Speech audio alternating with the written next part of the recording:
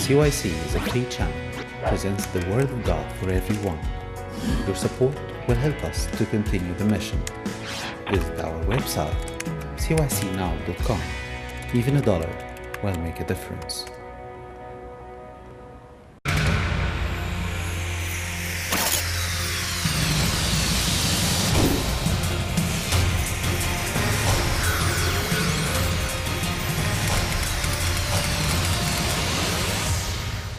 Welcome to our next session on creation and evolution. We've been talking about science and the Bible and whether they fit together, whether there's any harmony between the two of them or not. And we have our guests with us today, Miriam and Miro, and Eva and Monica. Why don't you tell us where you're from? I'm from the Church of Virgin Mary and St. Athanasius in Mississauga, Canada. Same here. Same here. Likewise. Also, me too. Okay, so you're all from the same church in Mississauga. That's fantastic. So I'm Don Waller, and I'm your host for these sessions. And I'm an apologist with Reasons to Believe, an organization that tries to synthesize science and faith issues and show the harmony between the two of them. So today, we're going to start out with a new set of sessions on the origin of life. Where did life come from? And so let's kick it off. And we'll start out with this really cool graphic on where did life come from. This is a question that, if you've ever stopped and just pondered looking around you, it's a reasonable question to ask. Where did all this come from? Where did I come from? And where did life get started? It seems to be a long time ago, but how did it all happen? And so we're going to talk about 7 challenges in origin of life research, guys that actually look at this from a scientific perspective, and what are the things that they're looking at in terms of origin of life research, and is it possible that the way they're looking at it maybe is not going to find the answers that are needed? Is it possible that naturalism, which we looked at in a previous session, is going to give us all the answers we need to describe the origin and the rest of life's diversity? Or is it necessary for us to at least consider the possibility of a designer, someone actually creating life from the beginning? So the 7 things that we're going to look at is the timing of early life, the conditions of early life, the complexity of early life, a really fancy thing called homochirality, which I'll explain, the chicken and egg challenge, the Cambrian explosion, and the genetic code. So we're going to be looking at all these things, and then we'll summarize and have a conclusion from there. All right. Now, if you do biology in high school, and you open up your textbook, they're going to tell you in that textbook, at least most textbooks, they're going to have what's known as the sort of textbook origin of life model. In other words, how did life come to be on planet Earth? So what you have is we started out on the early Earth with this sort of atmosphere, or an early atmosphere that was different than the one we have now, sort of a mix of a bunch of noxious gases like nitrogen dioxide and methane and some really horrible stuff that you couldn't breathe. And we had some energy discharges. We had lightning bolts flying around the place and all kinds of, this activity. And as a result of all that, we got a bunch of little, what they called prebiotic molecules that formed. So somehow this energy discharge with this gaseous atmosphere literally created some molecules, very primitive ones, but some molecules nevertheless.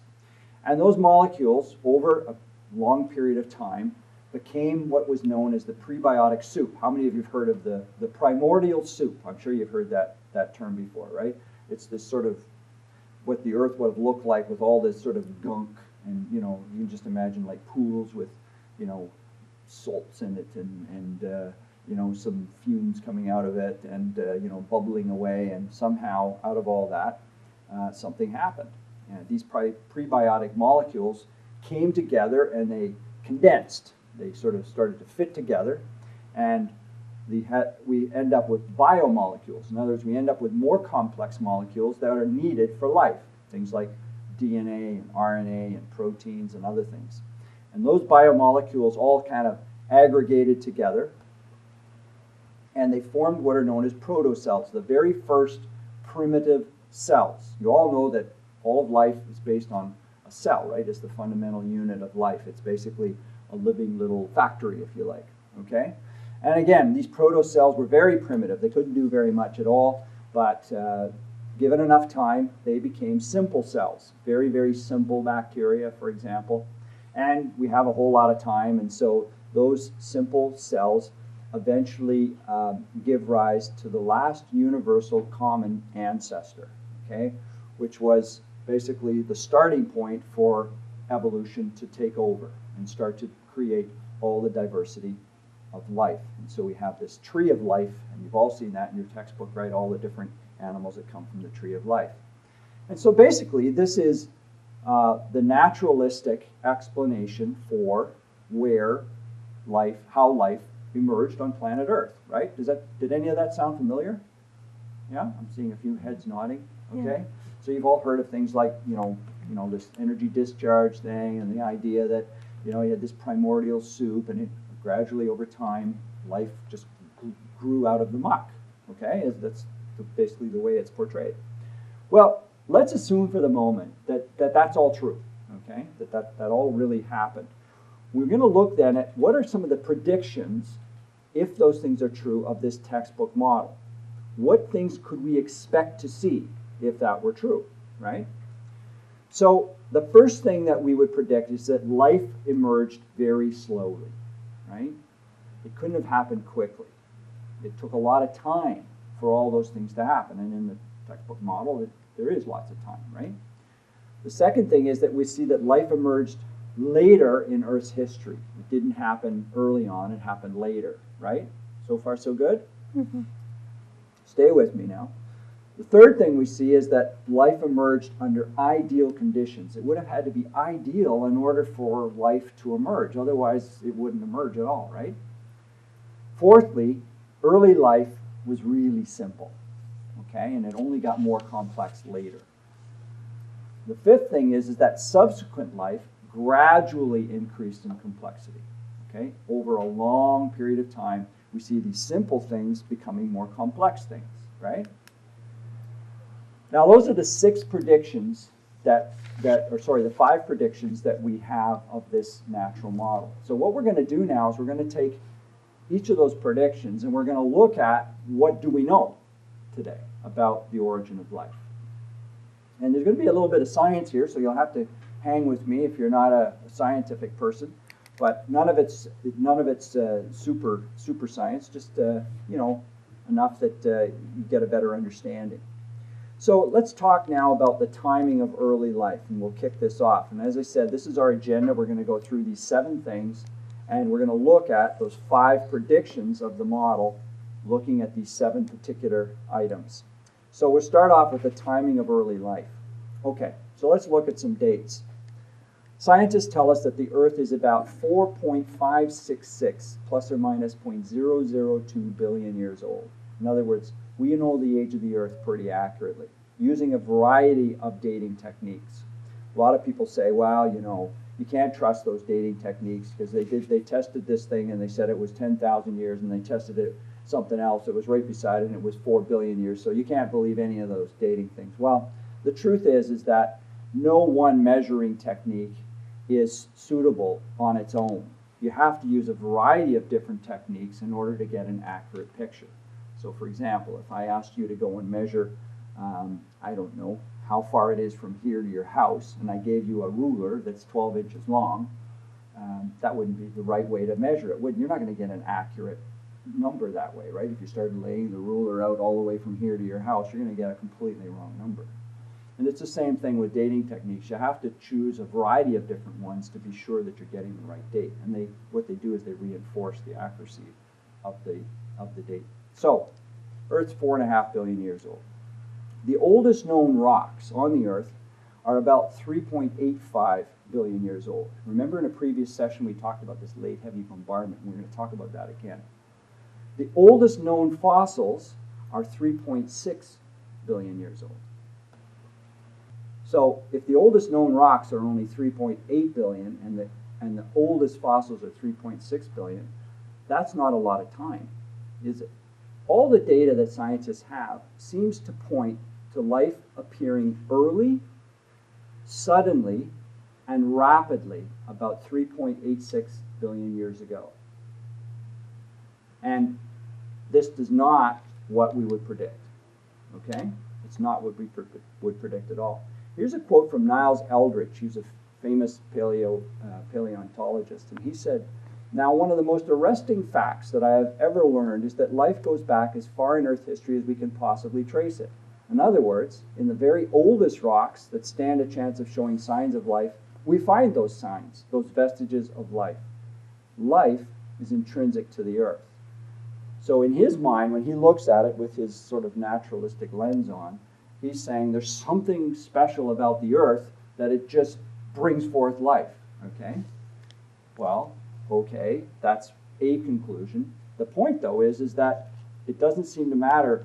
If we go right the way back to when the earliest rocks formed, it seems as though life started right then as well. All right, let's move on to what was life like when this early life started. What was the Earth like, rather, when this early life started? Okay, so we're going to talk about the conditions of early life. So here's the thing. We have these, this late heavy bombardment that I talked about earlier, about 3.9 billion years ago, and this is when the Earth was being bombarded with these meteors, and it was basically what happened is it completely sterilized the surface of the Earth. No life would have been possible with all these meteors bombarding the Earth, and that was about 3.9 billion years. And it created what we call a magma ocean. In other words, the surface of the Earth was covered with this like lava, basically, that was anywhere from 800 to 2.5 kilometers deep, 800 meters to 2.5 kilometers deep, and 2,500 degrees Kelvin. So very, very hot, the surface of the Earth. And this explains why there were no rocks prior to 3.85 billion years, because if there were anything that wanted to become a rock, it would just melt. So that's why there's no rocks that are older than that date, because they didn't exist before that date. Okay? You with me so far? All right. So hang with me now. Watch what happens. So no life is possible in the period from 4.5 billion years, which is the oldest that the Earth is, to 3.86 billion years. All right? As soon as the Earth cooled enough for rocks to form, life burst out.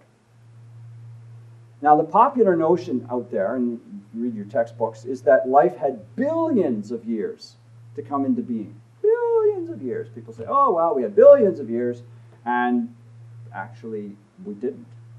We didn't have that much time. Life came into existence under extremely hostile conditions. Here's a quote from Peter Ward and Don Brownlee, who wrote a book called Rare Earth. He said, "Life seems to have appeared simultaneously with the cessation of the heavy bombardment. This seems like an awfully short period of time for the first life to evolve." So again, you can see that this quote is taken from a naturalistic perspective, trying to explain how life could have happened under these conditions. Okay? All right, so I think this would be a great place to stop, and let's take some questions and see what you think of what we've shared so far in this session. So who's got a burning question based on what you've heard so far? Why do you think we had this hostile period, like where the Earth was like being bombarded and stuff? Why was that necessary? Well, planetary scientists will tell us that it was necessary because what it did was it set the Earth up for the formation of the continents. Secondly, this bombardment period completely blew away a lot of the atmosphere and prepared the Earth for later life to come on and start to generate the new atmosphere that was needed for life. So it basically it sort of reset the Earth to start its process that we would argue, Christians would argue anyway, involved a number of specific creation events that we looked at when we examined Genesis 1 and science. And so the late heavy bombardment was a critical event that occurred in in the early life of the Earth. It was necessary, as strangely as it may sound, even though it was this sterilization event, it set the Earth up for later processes. How was like the water and all of like the bombardment? Like was the water was it still like normal, or was it like really hot? Like Well, again, there was water on planet Earth at that point, but you can imagine with the temperature, there would have been a great deal of water vapor generated and a huge amount, basically, of steam being poured out. It didn't destroy all of the water on planet Earth because clearly it existed at the end of this period, but it definitely would have had an effect. Funny enough, a lot of water actually that the Earth has on its surface came from the meteoric bombardment. A lot of these meteors actually carried water with them into planet Earth and actually supplied a lot of the water that exists on planet Earth. So that's a great place. We'll stop here today and let's pick it up at the next session. And we're going to talk about the complexity of early life. What did that look like? And it should be very exciting. So thanks very much.